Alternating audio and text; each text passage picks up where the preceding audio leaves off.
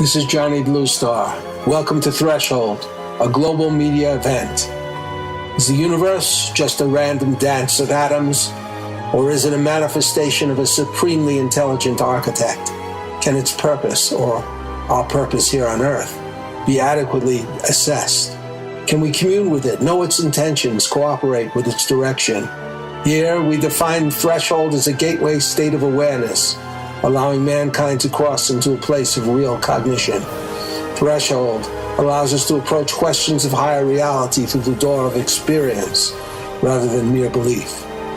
Welcome to Threshold, where we tear away the veil from commercial media, bringing our audience and participants into another realm of reality and enhanced communication.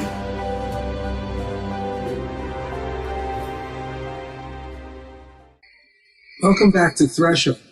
We are exploring the magical world of crop circles with Patty Greer, who's a filmmaker, a singer, a musician, songwriter, and truly a seeker after truth.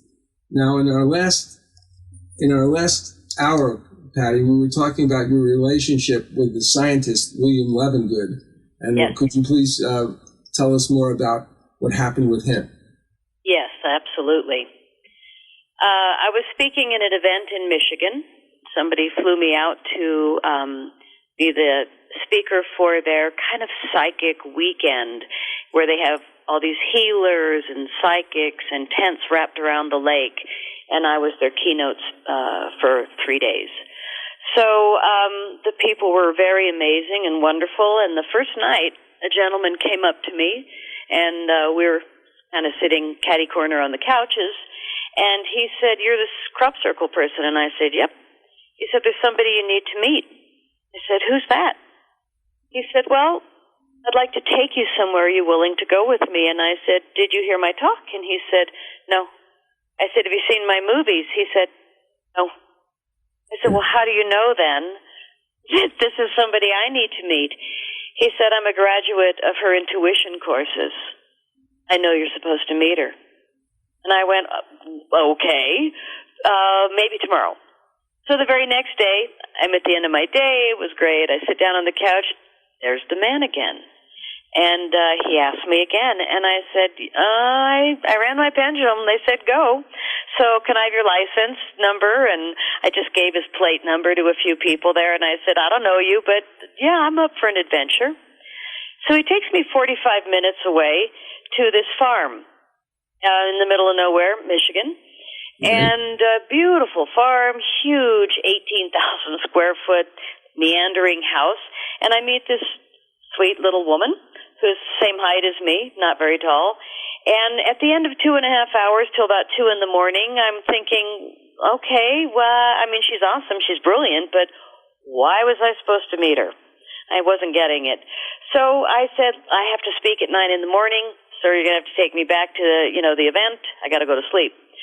So I thanked her for, a couple hours at her table, and she said, "Here, let me give you one of my books." And so I said, "Well, wow, thanks." And she said, "I've written 7. And I said, "Wow, I've actually made 7 movies. I'd like to give you one of mine." So we kind of traded goods, and I went through the pages, and oh my God, there's a picture of crop circle nodes. What are they doing in your book? And she looks at him, and she says, "You didn't tell her who I was?" He said, "Nope." And I said, "What? Who are you? I mean, what? I don't understand." And she said, "Well, I'm actually the person that worked with William Levengood for the last 16 years of his life. I'm the real partner who did the research with him, and this is the farm that you're standing on where all the science experiments were done with the seeds from crop circles." And I looked at her, and I looked at him. I said, You're telling me that I've been here 2.5 hours, and we didn't talk about this? Okay, I'm coming back. So I couldn't believe it. It was like, I can't believe, that we could have spent the previous 2 hours really going through the heavy stuff, because she knew the real research that this amazing scientist that's in the Guinness Book of World Records, but not a doctor, because he didn't give a darn about the system. He was like, "I'm not doing that paperwork and paying that fee and doing the exam." He just wasn't into the system. He was into the science and the reality of the communications coming to us from other worlds. And he knew it was real, and he proved it repeatedly, and he still has not been acknowledged for this work, which blows my mind. So he'd been gone for a year and a half, and after I met her, she said, well, we're throwing a wake for William Levengood in a couple of months. We'd love to have you come back and join us. So I said, I will drive across the country. Thank you so much for the invitation. So the man takes me back to my hotel, and I'm sitting in the car for 45 minutes going, why didn't you tell me who she was? And he said, it will play out. So I'm like, God, I feel like I'm living the Celestine prophecy. So he drops me at the front door of the hotel at 2:30 in the morning, where there's a couple of women standing outside, one smoking a cigarette and the other staring at me as I'm walking toward the front door. And I said, good evening, ladies. And the gentleman is going around the parking lot who drove me, and he's doing the big loop. And the lady says, who's the tall, silver-haired gentleman next to you with the goatee? And I looked around me, and I said, I don't know. And she was one of the lead psychics at the event. And she said, he has a message. Can I give it to you? And I said, sure. She said, he's standing next to you. I watched you walk with him to the front door, and he just wants you to know that he orchestrated this, and he's really glad it worked. And I said, that's great. Hold on, I'll be right back. And I ran through the parking lot and jumped up and down to stop the man from leaving. And luckily, he looked in his rear view and backed up. And I'm panting, and I said, what did William Levengood look like? He said, tall gentleman, silver hair, silver goatee. And I said, oh, my, he's here. He's here right now. And see those two ladies over there at the front door? She just told me, and so I told him the story. And he just nodded and smiled and said, sweet dreams. So that's how I met William Levengood, was that he had actually chosen me to do this work to help him. And this woman whose name I still don't mention because of the level of hacking that I'm still tolerating today. All I can say, Patty, is that you are the one. I sang it. I guess it might be true, but at least in this aspect, that William did, for some reason, choose me. And then the Circle Makers did this very interesting dance with pulling me out of my music fully. I mean, this fingertip thing, come on. I'm out constantly pointing to the sky going, yo, and pointing down to the earth, yo, I'm here. I'm loyal. I'm yours. I love doing this work. Can you give me my fricking hands back? I mean, I'm always making deals with spirit. And the funniest thing when you're working with them, really, they don't give you what you want. They give you what you need. And the last time I was out whining on my deck, help me out down here, they gave me my first 4 physical, visible sightings of my life within 2 weeks. And so I realized after the 4th sighting where I just put my hand up and I went, okay, I'm good with this. I'm good living in the woods with the foxes, and I'm fine with this. This is cool. And as long as you keep giving me sightings and visitations and data, I am willing to do this work without ever living in a city again, without ever having a big house, fancy this or that. I love what I do. So now this ball of light story, I really kind of needed to set the palette, because you said a lot of your audience may not know about the advanced sciences.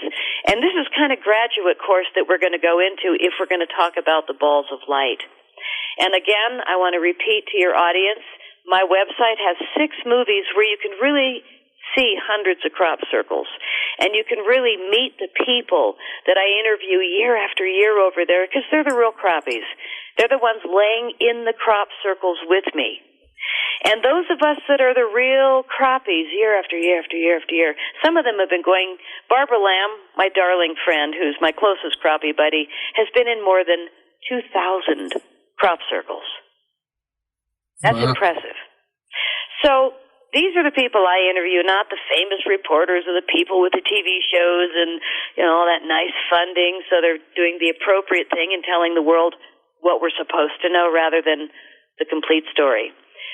So I'm totally out of the loop with all that, because my devotion is to being that one for William Levengood and for the Circle Makers. And I'm pretty much ineffectual anymore as far as anything about the ways of the corruption. I don't even want to go there. It's like so in the past, my focus and all of us listening to this show, we really need to focus on this moment forward. How can we make a difference? So I didn't realize I was making a movie. I thought I was taking photos and footage to show my family and friends back in America because I was so stunned by how real these crop circles are. So when I asked permission to use this famous footage of the balls of light, and this will relate to William Levengood in a minute, Right. From Janet Osebard and Bert Janssen, two great researchers, real crappies that have been in the fields for decades, they gave me permission to use the footage. It's in their movie called Contact. Those of us really doing the work authentically, we just give the stuff away, which is probably why I'm not rich anymore, because we're here to do the work to get it out to the world, not to hoard it and put our copyright on it and our watermark. That's the old paradigm. What this is about now is getting the messages out to the world and realizing the real plasma physics that are happening in crop circles with these high frequencies that are all of us, the earth, the sky beings, and humanity. So I bring back this footage where you can see two balls of light going over a standing field of wheat, and within seconds, this field goes down into a number of circles on the outside, one circle in the middle, and a straight bar going to each of those circles, connecting it like a grid. And this ball of light footage is fascinating because the two lay it down in a few seconds, and then once they fly out of the picture, a third ball of light flies over and literally checks the formation. And the most fascinating thing is that, everybody was told that it's fake, so go back to sleep. I bring this footage home. I lay this movie down with some kid on Craigslist, not knowing I'm making my first of many movies. I had no idea what I was doing. I was high on mercury poisoning. I was getting in these little planes with no door on my side, flying and filming. I would not do that today, I don't think. But I was so kind of in the moment because of the change in me. The mercury was totally through my system.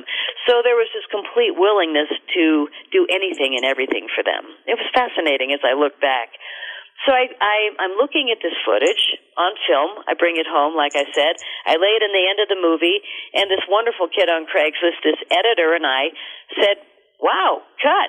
I can't believe how easy it is to make a movie. That was crazy. So I'm like, wow, let's turn the gear off. Go take a break, cool everything down, and then we're going to come back and watch it. So we hit save, turned everything off, and we started to walk away. And I looked back, and I said, oh, let's turn the monitor off. What's that blue orb doing on the monitor? And I'm pointing, and there's this big blue orb. And I said, that's not in the movie. What is that orb on the monitor? And he looked at me, and he said, that monitor is unplugged from the wall. Whoa. All of a sudden, in Boulder, Colorado, the hair went up on my arms, goosebumps head to toe. The electrostatic or electromagnetic energy in me lit me up like a friggin' blowtorch. And I looked at the editor and I said, we're not alone. And he said, you look really weird. I said, I feel really weird. And we are not alone. Turn the gear back on. He said, I thought we were. I said, no, turn the gear back on now, please. He's like, oh, okay. And I was, for the first time that I knew of, taken over by this telepathic communication from the circle makers, whoever they are. And I said to the editor, show me that Oliver's Castle footage again where two balls of light lay a crop circle down in seconds. And he said, yeah, that was pretty cool. I said, light it up again and show it to me. So we watched it, and I said, reverse it. He said, why? And I said, I don't know. Play it backward, please. And I had a different tone to my voice. And so he said, okay. So he reversed it, and I watched it, and I said, slow it down. He said, how slow? I said, I don't know, 30%. And that totally creeped us both out. And even I stepped back from myself and went, whoa, that was weird. We slowed it down and reversed it, slowed it down 30%, and right there in front of my eyes and his, I said, lock, stop. Oh, my God, what are we looking at there? And between those two balls of light, there was a direct communication, black, white, white, black, white, black, black, white, a binary code or some kind of code between those balls of light, and further on to the right beyond that second ball, the communication continued on. And in that moment, I looked at this kid and I said, son of a gun. That was weird. And look what we're looking at. Proof, positive, that this footage is real, that those balls of light communicated right before they laid the field down. In that moment, everything in me changed. And I said, I am committed because something just happened in me, through me, and we just proved that this footage is real. And yes, that day forward, I made 4 movies by myself with an editor hired on Craigslist. I made 4 movies in 2 years, Johnny. 4 full feature films. Not me. They, whoever they are, used me and my music to lay out these movies effortlessly. And because, like I told you, 2007, 2008, I put myself with my own money in England, in the epicenter. I laid in dozens of crop circles both years for 9 weeks. I didn't leave the area except to go to the Glastonbury Symposium to see all these famous speakers come in from around the world and speak about crop circles in case there was something I wanted to learn. And I'm watching the show all day long. It's all the people I've been hanging out in crop circles with all summer long. And those are the people that are in my first movie called The Wake Up Call. Anybody listening? ? Now here I am 10 years later going, oh my God, it's still the question. Anybody listening? That's the problem with crop circles. We've been so misinformed that they were all made by 2 old guys, Doug and Dave, so go back to sleep, or that the Oliver's Castle footage, the only proof positive that crop circles are real, and some famous guy said, no, it's fake, go back to sleep. And everyone believed it. It's very bizarre to me to know so clearly how real it is and watch all of us staring at the truck and then walking into it as if it's not there. You know, it's like it's so in your face. It's so in plain sight. It's been happening for so long. But the misinformed public has really fallen for the blue pill. And they're still drinking the Jell-O juice and going, yeah, this is cool. Well, Patty, meanwhile, we have everything we need to evolve.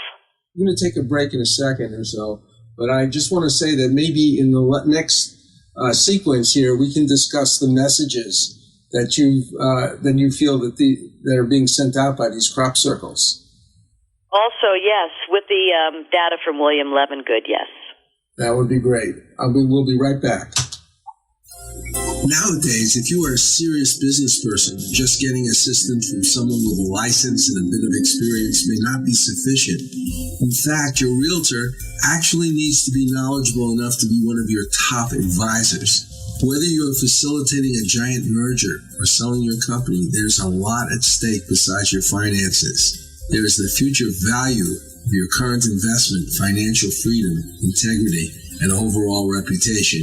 If you need this kind of assistance, Sandra LaFlamme is a real estate expert with the experience, reputation, and knowledge qualified to assist you in all your key transactions. Sandra LaFlamme, real estate services with integrity and conscience. Contact her today at 888-366-8070. That's Sandra LaFlamme at 888-366-8070. It is the 15th century. El Tesoro de Cielo, a Spanish treasure ship, sends a scouting expedition to a strange island. Golden statues surrounding them prove the enormity of their find. Suddenly, hordes of ghoulish creatures with scaly green flesh and skeletal wings descend upon them from the sky. What do you think of this, Rufio? These creatures are fragile, Captain. We can take them with our swords. They seem supernatural. Who knows what powers they possess? Fallen angels, weakened by their treason. My God! Are you saying they're Nephilim, the devil's host? I'm saying, whatever they are, we can take them. Do any of you cowards dare join me? Up against sharp knife-like nails and hideous fangs, the men's swords rip into slimy green flesh. Though black blood pours copiously from their half-naked bodies, creatures miraculously persist. Can the crew survive this bloody, cursed battle? Find out more by Googling The Thrice Born, a new sci-fi supernatural novel by Carlos Lopez Avery and Johnny Bluestar. Google with the words Carlos Johnny Kindle, The Thrice Born. That's Carlos Johnny Kindle, The Thrice Born. New Galaxy Enterprises is a media company specializing in wide-ranging content like novels, nonfiction books, screenplays, commercial advertising, web content, etc. One of our most esteemed providers is illustrator Robert W. Zalo. I work on all my most important projects like book covers, logos, web design elements with Robert. As an illustrator, he worked on the Ignatz-nominated comic book, The Expert's Guide to Killing Things That Go Bump in the Night. His skills encompass advertising, magazine illustrations, gaming, comic books, TV production, and scenic painting.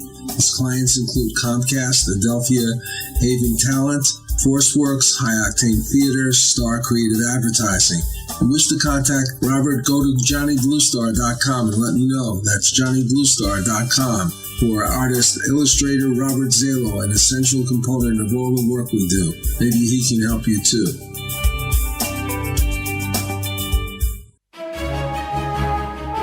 Since the advent of the internet, and particularly Amazon, the world of book publishing has changed. Competition to develop a best-selling book is tough and can be expensive. But there is one kind of book that can be useful without running that gauntlet. That is, a book about your own business. The best business card there is. For more information, visit New Galaxy Enterprises or contact me at johnnybluestar@gmail.com. Well, we're back with Patty Greer, who's giving us, I guess, a graduate program in the Balls of Light in the work of William Levengood and the messages of the Crop Circle builders. Patty? Yes. Well, so William Levengood went on for more than a decade experimenting with plants and seeds from crop circles.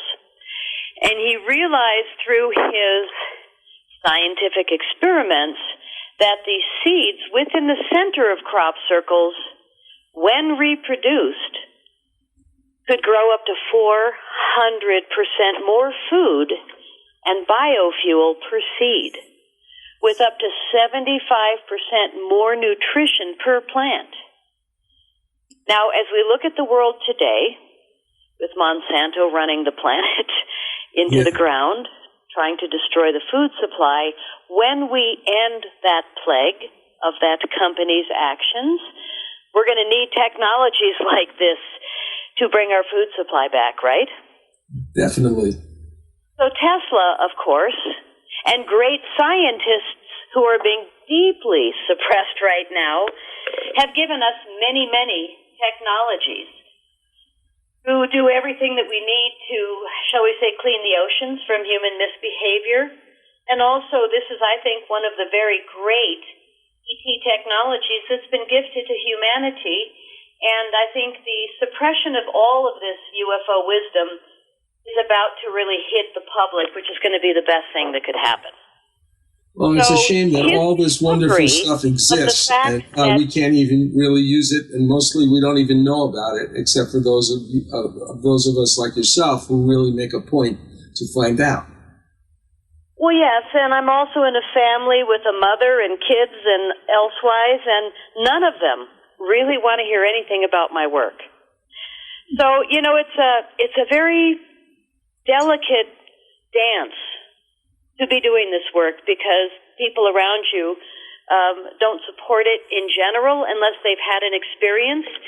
And I really find that I choose consciously to surround myself with very few people anymore, and they have to pretty much understand or be a contactee so that I can communicate freely. I don't do well with suppressing my own self, so I just don't go but I'm old enough now that I don't feel the need to be highly social, hang out in bars and go dancing. You know, I mean, we all have our chapters of life. This one is a very, very different, like you're saying, graduate course. So here I am. I'm go back to the farm a few months later for the wake of Levengood. The very first night I stay at the farm, I stayed there 3 weeks with this woman who was his real partner. And every morning I would wake up and I'd hold my head in my hands with coffee, and I'd say, okay, I'm ready. She'd go, why are you holding your head? And I said, because you freaking blow my mind. Tell me again. This is how I'd start every day for 3 weeks. And by the 10th day, she's saying, come on, Patty, you have this. And I said, for 9 years I've been pointing to the sky thinking the circle makers are E.T. alone. I mean, it really took me days to get this research into my core. And then as soon as it hit me, I had to realize, well, of course the mother is sending these messages. Look what we've done to her, the earth. So Levengood and this woman figured out through reprocessing or re-engineering the frequencies within the plants, the seeds, within the crop circles. They had magnetometers and all kinds of devices that they could come up with to figure out what these frequencies were. What was this energy that was raising the hair on people's arms? You could take a totally insensitive person into a crop circle who really doesn't want to be there. I mean, come on, I got calls to make, and nothing will go up on their arm. So it is a matter of also being open to other frequencies to be sensitive and to feel what's going on there. So here I am at the farm again, and every day I'm listening to her more. I'm looking at the slides from the research that they had done. I'm looking at the evidence and all this proof. And when they finally figured out how the crop circles are happening, they found that they're coming out of the earth in spinning vortices, like little spinning tornadoes of high frequency that's been sent intentionally from within the earth through the core, and they're usually coming up in pairs, counter-rotating to the other. So one is spinning clockwise, and the other is spinning counterclockwise, and they're usually coming up side by side. Now, interestingly enough, I met Stephen Greer in a crop circle in 2010, and I have a photo of him holding two compasses that prove that what Levengood and this woman said is real. And his two compasses, one pointed north that way, and the other pointed north in the opposite direction in the center of the crop circle. Wow. So what you have is a confusion of frequencies because they're going in opposite directions, but they're not confused because they're separate. And they have a set frequency to deliver a particular message. Now, can you imagine hearing that first thing in the morning 3 weeks in a row? Well, this is like almost unimaginable experience altogether. It's so profound. And what I was thinking of, Jodie Foster's movie Contact was very interesting and moving, but the elements of messaging is in the real world is so much greater than that fictional story. It's so gigantically greater. Yes, absolutely. So and I think very few people know this. So I had to take the research of this brilliant man and woman and deduce it to what humans physically see so that I can explain it to the masses. Because that's my job that they gave me.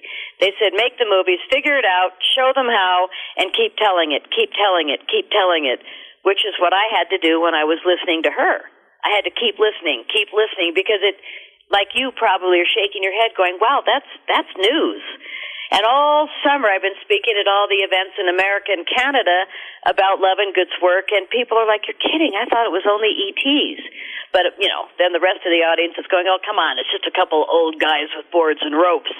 But after my presentations, which is always up to 150 photos, by the time I'm done, and I said, any questions? Not one hand went up. And then a couple seconds later, they started to raise, but you show them enough crop circles, there's not many questions left.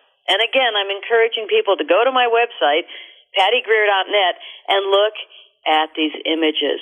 You can stream the movies for $5 for a week and watch one 3 times, and you'll see so many crop circles that when you dream, you're going to wake up knowing more. That's pretty much a guarantee. Why don't you run down just the names of the films and what they're about, just briefly for our audience? Great. Well, the first one we talked about was my most innocent movie when I didn't know a thing. 77 minutes long, and at the very end, you see the communication that I found between the two balls of light, which in my opinion is the dessert of the film, because it says, this is real, these balls communicated, and now what we know through William Levengood's work is that those are real spinning plasma frequencies of inner Earth, human consciousness, and ET. And the science of how all three of us meet in these spinning balls of light is, again, even further out there. But what we're looking at when we see these balls of light over a crop circle, that's what it is spinning frequencies of communication, intended communication.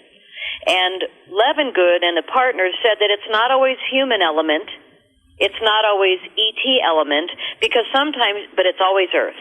They're always coming out of the Earth. So sometimes it's all three of us, but sometimes it's just humans and the Earth. Sometimes it's just ETs in the Earth, not including human consciousness. And it's really been proven as we look at the different messages, which is now what we're going to want to talk about.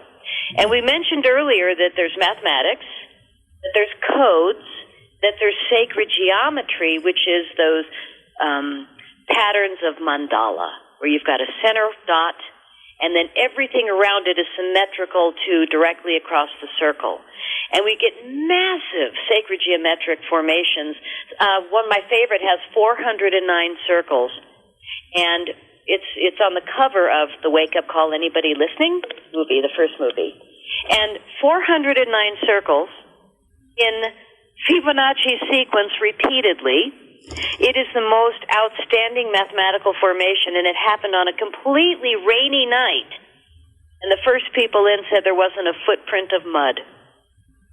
Now, how can we pretend that's fake? It just blows my mind that humanity is still not giving credence to the fact that we are being spoken to, and the messages are left like sticky notes in the field, like love letters in the farm fields for everyone to see.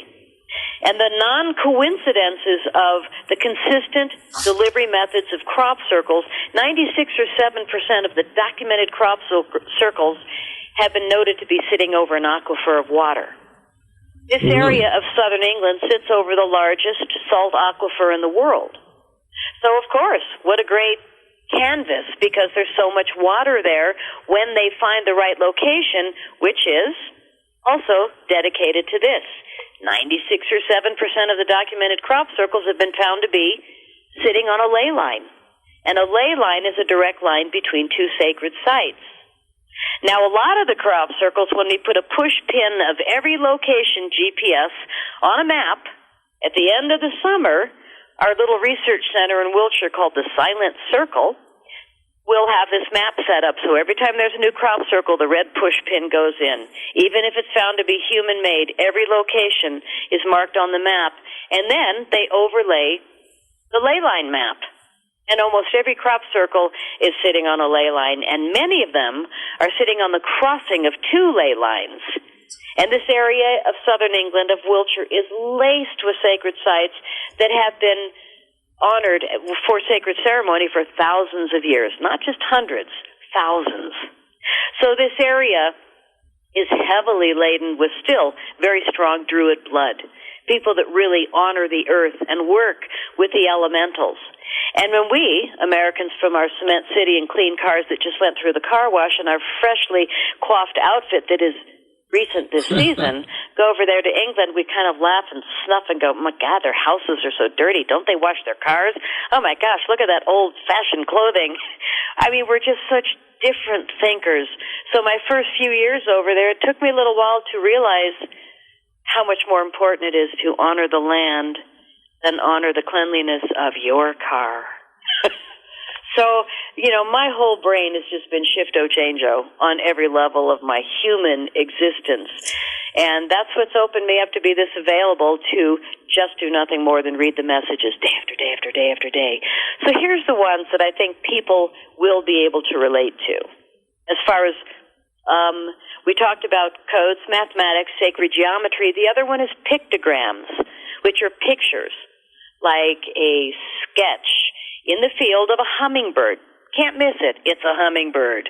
The phoenix rising, the swallows,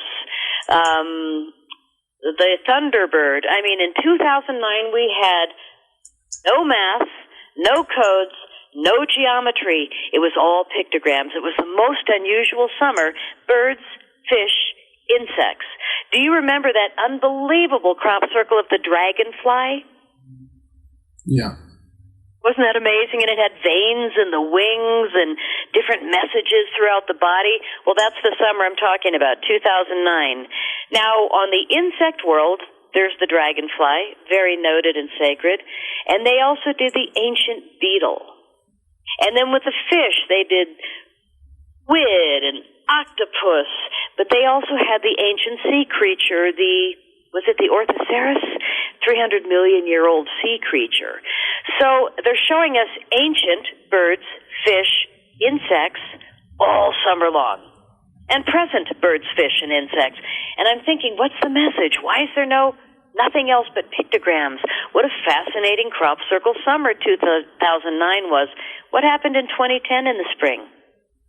The BP oil spill murdered fish, birds, insects, billions of them, and continues today because it's really not cleaned up. And the core exit was one of the worst ideas they could have come up with other than it was intentional. So we got real problems, murdering, slaughtering our nature, our divine nature. And we had warnings in crop circles the entire summer. Now, I don't know if people are going to think I'm imagining all this, so it's true. It's only my perception. That's all I have to go with. But let's talk about another one that I don't think was a coincidence, such as the turn of this century. We had two binary code crop circles that were very famous, and let's talk about what they might have been referring to. In 2001, we were amazed by the response of the Arecibo message, which was almost a direct mirror image of a message that we, the Americans, had sent out from our telescope in Puerto Rico, the Arecibo telescope, out into space to the star cluster 300,000 light years away, I believe it was, to a star cluster called M13. And we very specifically sent it there because we felt that maybe there would be conscious life. And so we told them what our body shape was, the elements on the Earth, the layout of our planets, our DNA structure, what our telescope looked like. And 2001, turn of the century, they sent us back a response. Now, those who knew the message we sent out were probably gobsmacked that it was so similar. It was clearly a response to that message sent out in 1974 by Carl Sagan and Frank Drake, and it was different response. They had larger heads, smaller bodies. They had a different star layout. They had a different DNA structure. Every answer had different elements of information which responded to them, different than us. So the most interesting one in 2001 was that they added silicon, which is their base, and which is probably where we are headed now as we move into the fourth density frequency. How is the idea of silicon? Do you know how it was encoded in the crop circle? You can Google, or you can watch my first movie, The Wake Up Call. Anybody listening? It's when you look at it, you can see the 9 different changes visibly. Because I'm not a code reader, I can't tell you specifically. But I know that silicon was mentioned in their planetary elements, whereas it was not listed in ours. And since we're elaborating on silicon, let's not only look at silicon-based beings, but also silicon at the turn of this century added to our computer systems, really enhanced our abilities. Did that come from ET? I don't know, but isn't that interesting to look at? So it was sent to us in a binary code. Now, when they use a binary code, they're spelling it out because they know, number one, we can read it on a computer. Number two, our mathematicians can read it. So if they don't want us to pretend it's something it's not, they'll put it in writing, binary code. That's how that message was delivered in 2001, and most of us were pretty amazed. The following year, 2002, 8 miles away, was another binary code delivered, and that was the famous alien face and the disc. Do you remember that one? August 15th, 2002. Yeah. Now that one had acres of amazing wheat laid down, and it was in little dots and dashes, which is incredible when you realize that was late in the summer, the wheat was brittle, and I've got ground shots in the movie of that formation. I mean, really impressive. And that binary code and the binary code the year before in Crabwood 8 miles away not only were placed in arbitrary farm fields, they were both placed in fields with huge telecommunication towers on the side of the field. Now, those telecommunication towers were filled with satellite dishes. Why would the circle makers drop them there? Why would they put them in writing in binary code? My guess is that they wanted us to read them correctly and that they wanted us to share the information with the world because, hey, what a great opportunity. You're sitting right there in a field with all this telecommunication equipment. Tell the world, look what we have right here. And the message in 2002 said this, in the alien face and the disc. The disc was binary code, and as they read it on all kinds of different devices, it was specifically this message. Now, I'm going to point out just a part of history that happened 6 months before I recite the message, which I can recite with my eyes closed. But what had happened 8 months before, 6 months before, whatever it was that $2.3 trillion had gone missing from our treasury in the Americas. I remember that. Yeah, but, we kind of forgot about it the next day because 9/11 happened. A new horrific cover story, which was yesterday, but 2001. And everybody forgot about the money that went missing because, oh, my God, 3,000 people died. Or I apologize, whatever the number was, but it was horrific. It was unnecessary. But again, it's part of our recent history as we have everything come to the surface to be healed. All the satanic, all the dark occult, it's all really exposing itself in plain light now because we're at the end of it. So here we get this message after 9/11 and the money went missing. And the message from the circle makers is this.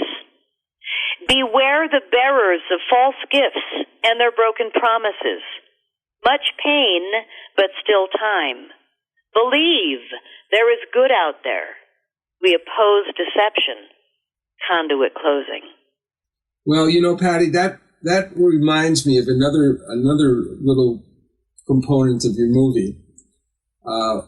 Of something that took place in November 29th, 1977, quite a bit of time before that, where a television program was interrupted by someone claiming to be Gramaha, the representative of the Asta Galactic Command. And I'm not about to, we don't have time to really go through the whole thing, but I thought it was interesting that what he says is that we need to be careful about false prophets. Right. People who are, he says, be aware there are many false prophets and guides operating in your world. They will suck your energy from you, the energy you call money, $2.2 trillion, etc., and put it to evil ends, giving you a worthless dross in return. Your inner divine self will protect you from this. You must learn to be sensitive to the voice within that can tell you what is truth and what is confusion, chaos, and untruth. Whether this is a correct message or not, in terms of the source, I won't debate. But the fact is that both the binary code message and this message is totally correct. I think so too, Johnny, and thank you for reminding me. I'm old enough to remember when that message hit the news lines. 1977, it actually took out 5 television stations, and nobody could do a thing about it. The police were scrambling, the telecommunicators were in a panic, and nobody could stop this message. And what happened was it took over 5 different telecommunication towers where they lost control, and this entity completely spoke to all the people of the world through TV screen. And the message was exactly what you said, plus more. And I vaguely remembered it. And for some reason, as I was making my last movie, The Shift Has Hit the Fan, which is movie 6, somehow somebody off the wall that I didn't know sent me a link to that message. And I watched it and I said, oh my God, I remember this from my childhood. Did you remember it the minute you heard it? I heard it from your movie. Well, I remember it from my childhood. And I think what's going on is we are now being reminded of so many bits of very important information and messaging from other dimensions, but we are so distracted by the world and the false prophets and the news and the propaganda that we forget the important things, such as these warnings, such as the data, such as our true divine self. Well, Patty, with that, we're going to have another treat for our audience, but one that sort of accentuates what you just said, because we'd like to play another song that you wrote that we think is emblematic of your message in general. May I play it? I'm just guessing, is it We Want Our Planet Back?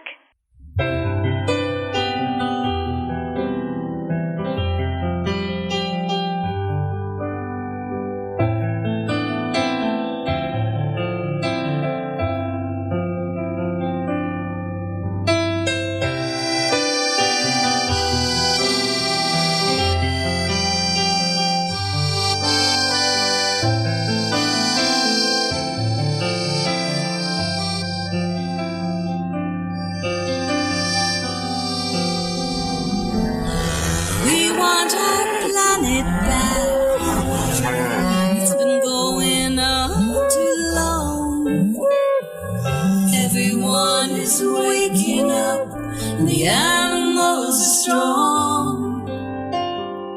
Nature needs rebounding, so we're wishing on the stars. I'm just a kid at heart, and that is where we start.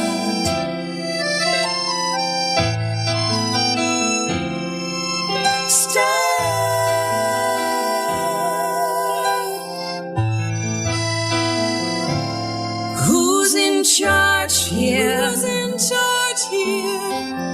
Let's do it differently. It's sickening all the people, and it's killing all the trees.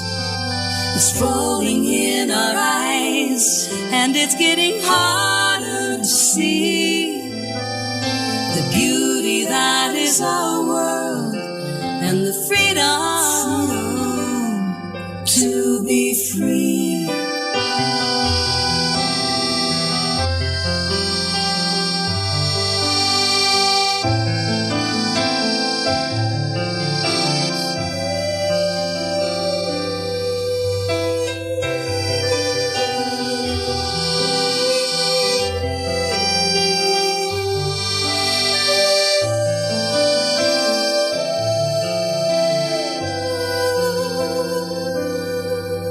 It's landing in the water. We know it's in the air.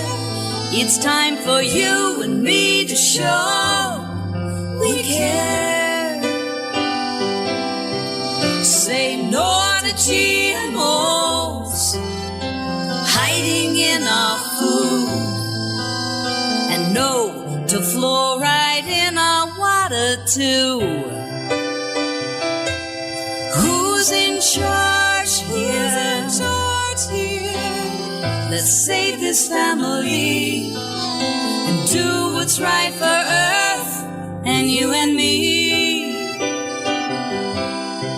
Step into the new way, where we live in harmony. No more war, no more fracking. We are free.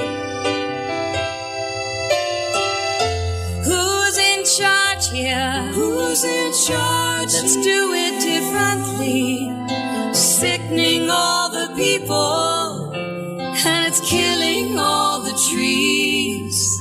It's falling in our eyes, and it's getting harder to see the beauty that is our world world and the freedom to be free.